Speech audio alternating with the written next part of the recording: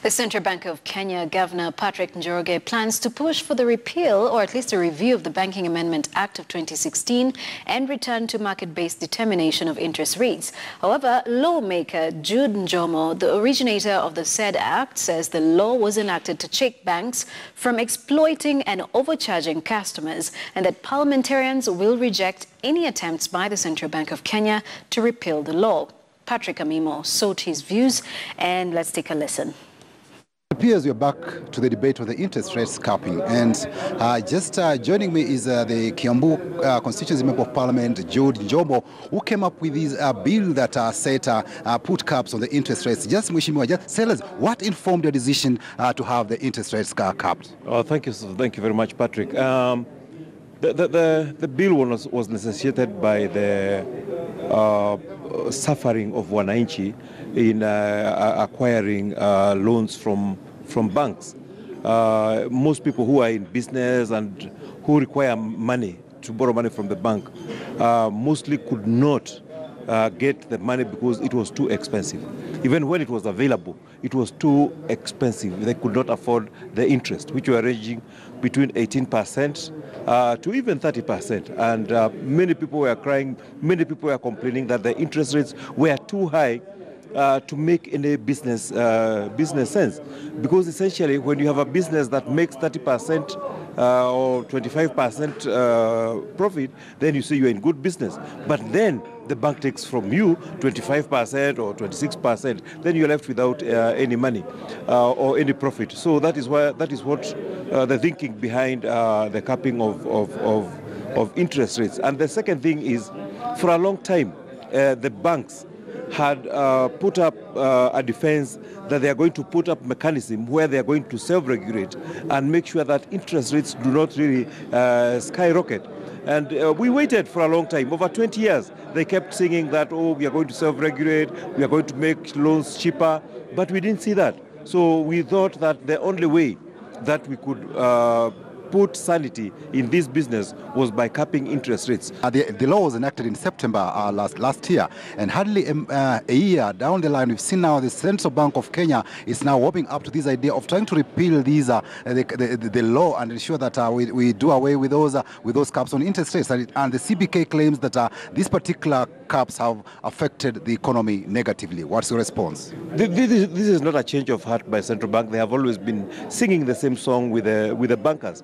When we were working on this bill before it became an act, they did not give it support. Neither did the Treasury give it any support. And my question would be that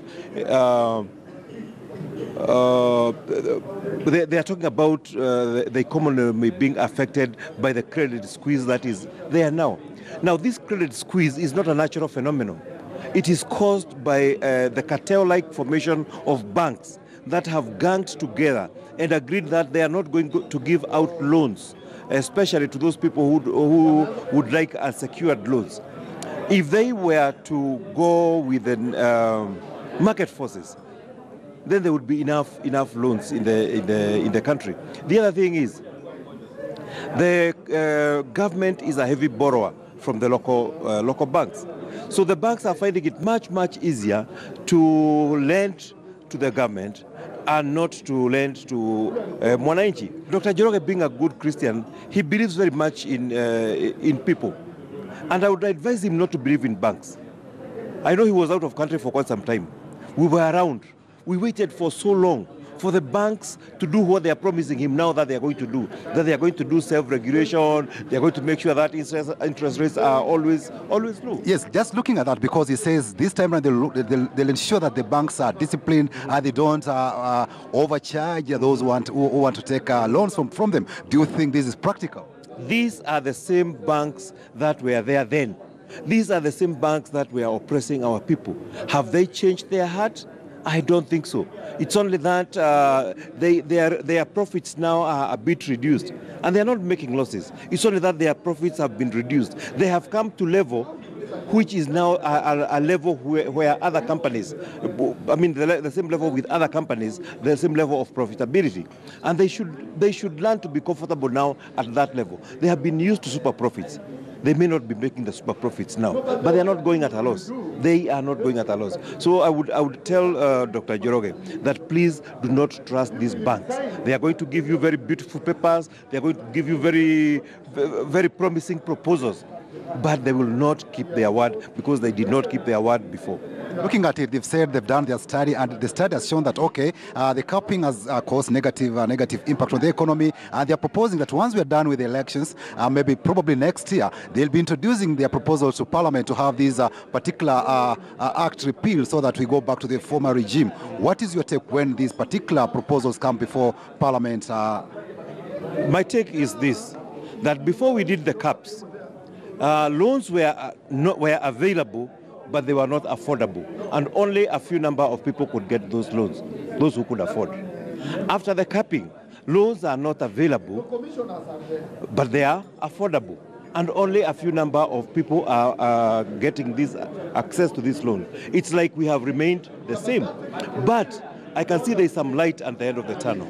I remember reading the other day that Standard Chartered Bank have set aside 10 billion shillings to be loaned for unsecured loans.